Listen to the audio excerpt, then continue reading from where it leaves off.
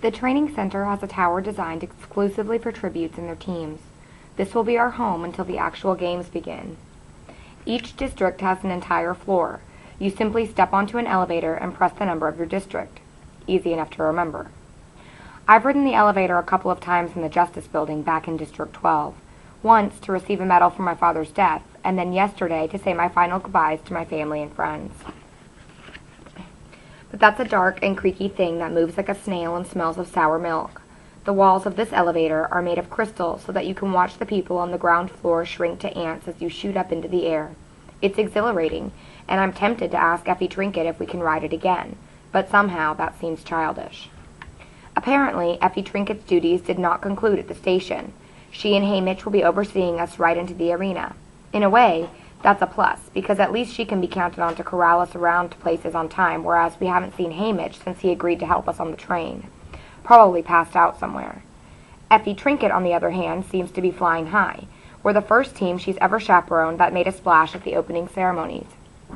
She's complimentary about not just our costumes, but how we conducted ourselves. And to hear her tell it, Effie knows everyone who's anyone in the capital, and has been talking us up all day trying to win us sponsors.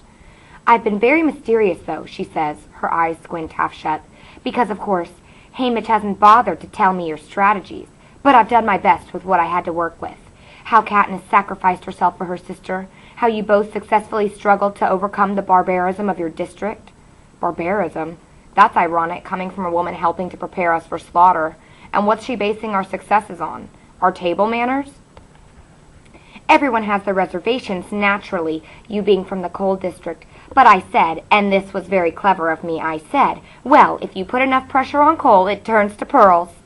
Effie beams at us so brightly that we have no choice but to respond enthusiastically to her cleverness, even though it's wrong.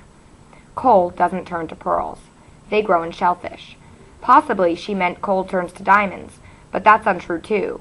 I've heard they have some sort of machine in District 1 that can turn graphite into diamonds, but we don't mine graphite in District 12. That was part of District 13's job until they were destroyed.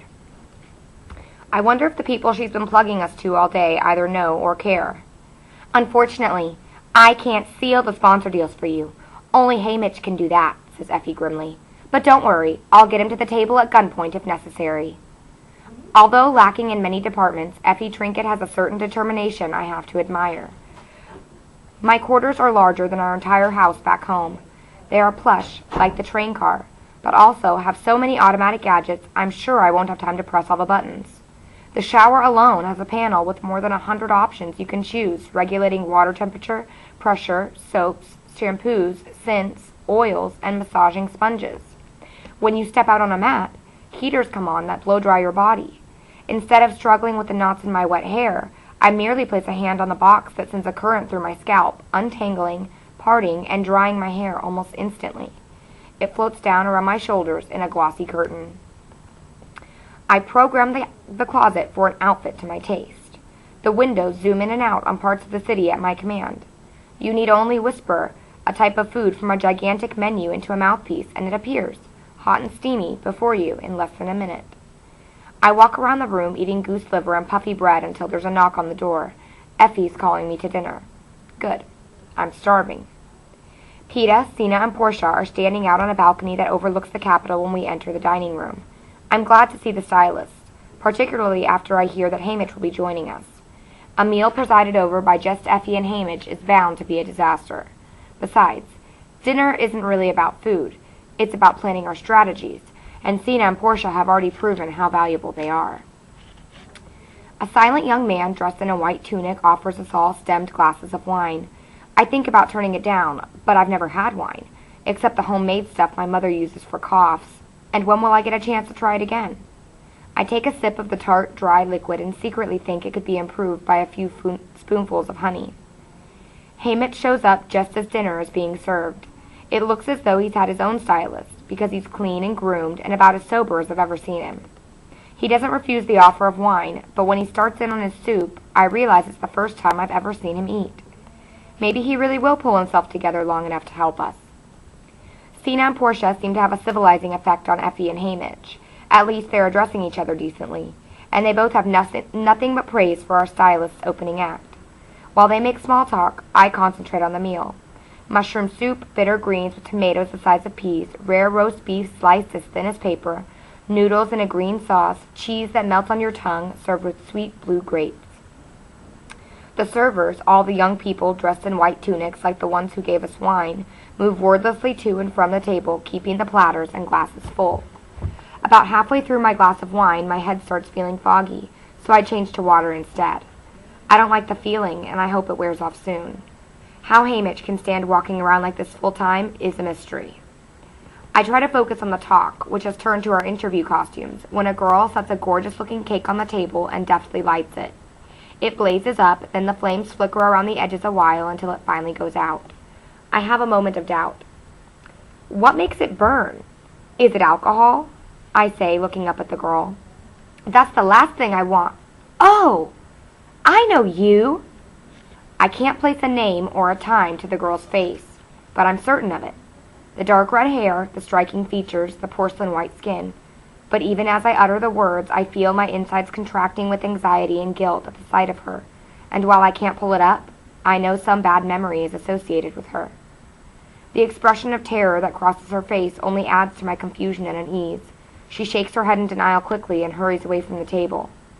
When I look back, the 4 adults are watching me like hawks. Don't be ridiculous, Katniss. How could you possibly know an avox? Snaps Effie. The very thought. What's an avox? I ask stupidly. Someone who committed a crime. They cut her tongue out so she can't speak, says Hamish.